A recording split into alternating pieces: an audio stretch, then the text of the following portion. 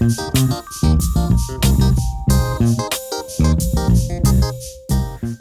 and welcome to Grocer Pod. My name is Sean Kosednar. This week, we're going back to the Innovation Showcase to hear a conversation I had with Andy Ruff from GiveX. We talked all about how GiveX's loyalty program can help you retain customers, increase basket size, and most importantly, drive extra trips. But before we get to Andy, I want to remind you to please subscribe to Grocer Pod. Subscribing means new episodes will be downloaded for you each week. You can find Grocer Pod on Apple Podcasts, Spotify, YouTube Music, or any other platform you use to listen to podcasts. So now, here's my conversation with Andy Ruff from GiveX.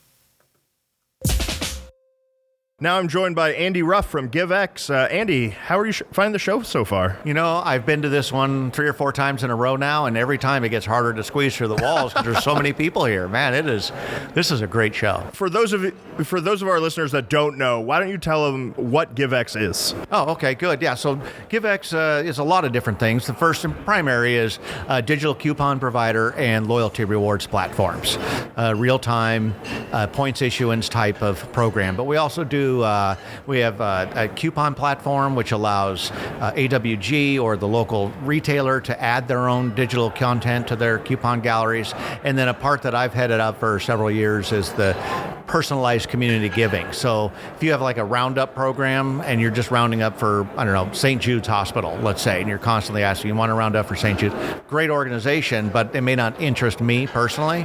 So this just allows customers to choose their own charity that they're rounding up for. So it's a pretty slick program. That makes sense. And if I remember correctly, last year you had a Learning Lounge program that was so good, they invited you back for the sequel. Tell people first, just remind them what you talked about last year and then what this year's was all about. Okay, Sean, that's a good one. Thanks. Anyway, last year was called What's the Point? And that presentation was about how to make your points program profitable, because so many people think, oh my God, these points are costing me so much money. I'm giving away all this free stuff. And it was to help change that thinking from points are costly to the right way to use them to make them profitable. So I left last year's off at the beginning of this year's, which was what's the purpose or what's the point of doing all that? Mm-hmm. And what is the point? What is the point? The point is to gather a lot of really good customer data and put that data to work growing sales. And it's funny when I talk to retailers, they'll all say, well, what's the purpose of this promotion, or what's the reason you're doing this particular thing, whatever it might be. And they say, well, to grow sales. And I go, okay, well, that's great. Everybody wants to grow sales, but how is it going to grow sales? Is it going to make people buy more per trip? Is it going to make them come in more often? I mean, what's the plan to get more sales? So one of the things that this program can do is you look at it and you say, what are our key sales metrics? What is it that's going to drive sales for me? So here's it's a thought experiment I did in What's the Point 2, which was my presentation today, which is the next step of after you have good customer data. And the first thing to understand is, what are my key drivers of sales? And so you might say, is it growing transaction size, or is it growing the number of times people shop in my store? So if you look at the data, you'll see that if you compare your very best shoppers to your bottom level shoppers, their average transaction size is about 2 or 3 times greater. That's great. But when you look at their trip frequency, how often they come in the store, it's 5 to 10 times greater. So what we've learned is that as you get customers to shop your store more frequently, your gross profit goes up, your transaction size goes up, your retention metrics go up, everything goes up. So it really is the key drivers to get people back to the store as frequently as possible. And so what about, a points-based system, loyalty program, gets people back to the store? Okay, there's 2 ways. The points and the rewards, the basis of the program, is what I call the earn and burn cycle. So the idea here is to issue points at POS for the purchases they made. So they get points, they redeem them on a product in the store, and then they have a desire to earn more points, which gets them back to the register. But what I'm really keen on is to supplement that earning cycle with bonus points. And the reason why I think bonus points are so important is because it doesn't cost you anything to issue a point. So you want to issue them on things that you're saving money on. And here's a couple of examples. Instead of a TPR or an ad markdown, issue points instead. So you're getting full retail, you're issuing points that at this point in time don't cost you anything, of course, until they're redeemed, but you want to issue them at a rate that is less than the rate of redemption. So a little bit of math there, but we help retailers with this. Another thing is there's all sorts of reasons you might have to mark something down beyond the ad. Halloween candy on the 1st of November, or the bananas are getting a little brown or something. It'd be nice if you could still move that stuff quickly, but without markdown. So you put bonus points on it. So now people can gain access to your reward items quicker, and that keeps them more engaged in this earn and burn cycle. That makes sense. Question just popped into my head. What percentage of the points aren't redeemed? Because I don't know if I've ever redeemed any points that I've ever gathered from any of the loyalty programs I'm involved in. Well, it's funny you ask that, because it changes based on what type of industry is issuing them. And it's perfectly suited for grocery because it's a high-frequency business. So it's not like, an airline. For most people, you don't travel enough to really ever reach a reward level because they expire before, most people don't travel that much. Now, if you're a business traveler, which is, they're trying to market to their best customers, which is their frequent flyers, and so therefore a lot are redeemed. But in grocery, it's pretty high, and the reason why is because it's a high frequency business, and I don't have to go through a lot of hoops to redeem them. I pick up, Oreos, and I get them for free with 1,500 points. It also depends on how quickly you expire them. So it's surprising to me that some retailers never expire their points. I wouldn't recommend that. There's no reason to carry that liability forever. Some do a year, some do 3 months, some do a month, right? So if it's really short, then you're probably not giving your customers enough time to reach a level where they can make a redemption before they get expired. And then it can be kind of negative. So I don't know if I would do any more frequently than, say, 90 days. And if you have a 90-day expiration, you're probably looking at, 80 or 90% redemption. It's pretty high. That's very interesting. I think that I could sit and think about it and talk about it all day. But I don't want to keep you.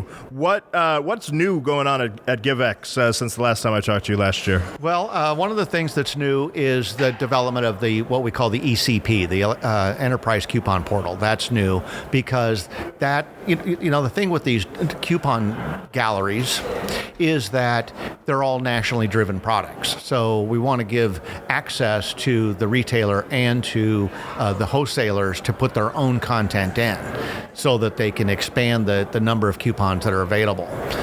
So, because, not every retailer sells every product that's in a given, so a lot of these coupons wind up getting filtered out because they don't carry a water pick or whatever it might be. So it's nice to be able to have AWG, who knows their customers, and be able to put in, either private label or other not national brand items, so their coupon galleries are more valuable. That makes a lot of sense. If I was a retailer and I came up to your booth today and I didn't have any sort of loyalty program, why do I need to start one?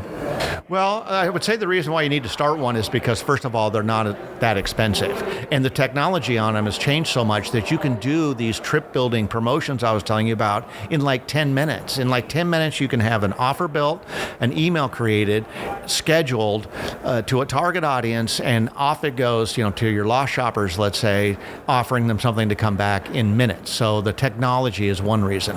Another reason is these retail media networks. Is that you have to have some sort of personally identifiable way at the register for those programs to work. So at least a digital coupon gallery, and preferably loyalty rewards, so you have more people on the program.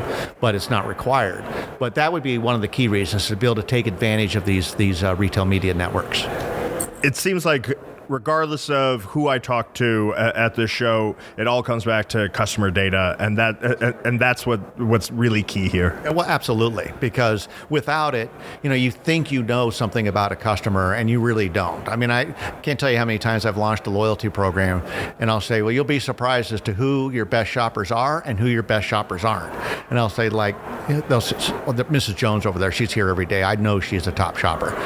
No, she's down in the bottom third. It's just surprising what you learn. Yeah. And one of the sad facts you learn is just how few of your customers are generating about 80% of your sales.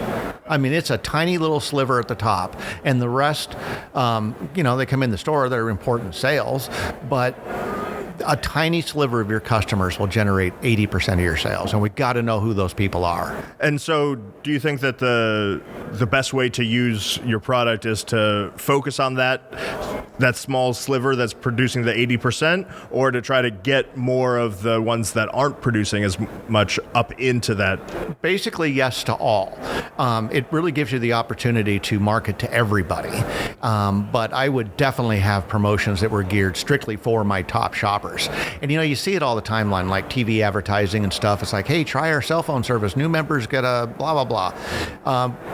But what are they doing for the existing people that have had their product for a long time, or a top shopper of a grocery store? You can't forget that group. So here's a crazy fact. If you lose one top shopper, it takes about 100 new shoppers to replace that one lost shopper.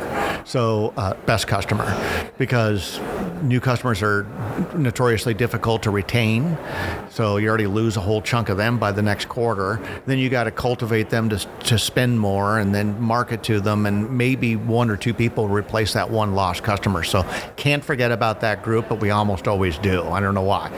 But also really focusing on lost customers and people whose spending is going down, because customers don't usually just disappear one day. They usually exhibit a behavior of downward spending before they become lost. So catching them in that downward cycle is a good place to go. No, that's interesting, because I'm thinking about myself and picked up a couple of jobs, coaching soccer, so my schedule has changed and my eating at home has changed.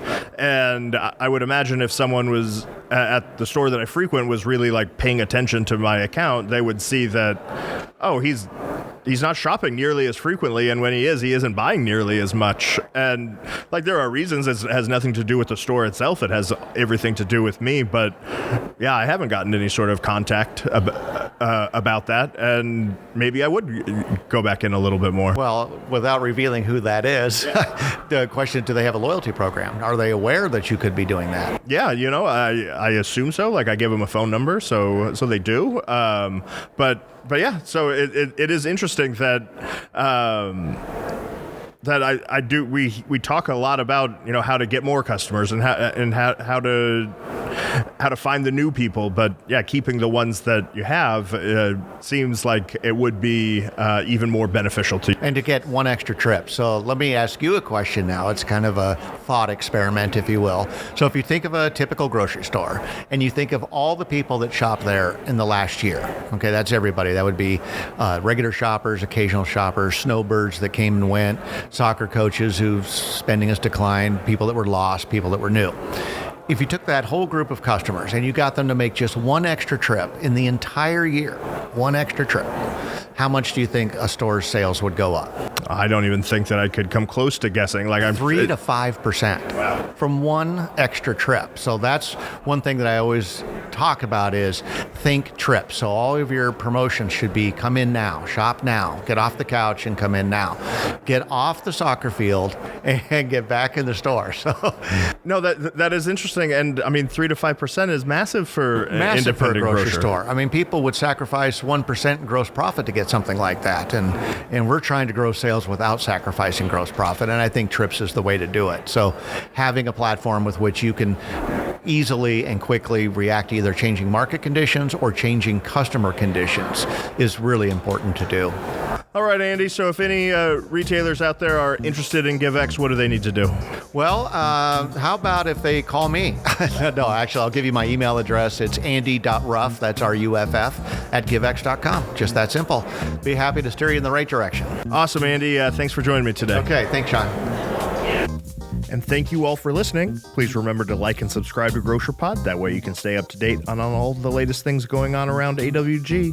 Until next week, this has been Sean Kosednar with GrocerPod.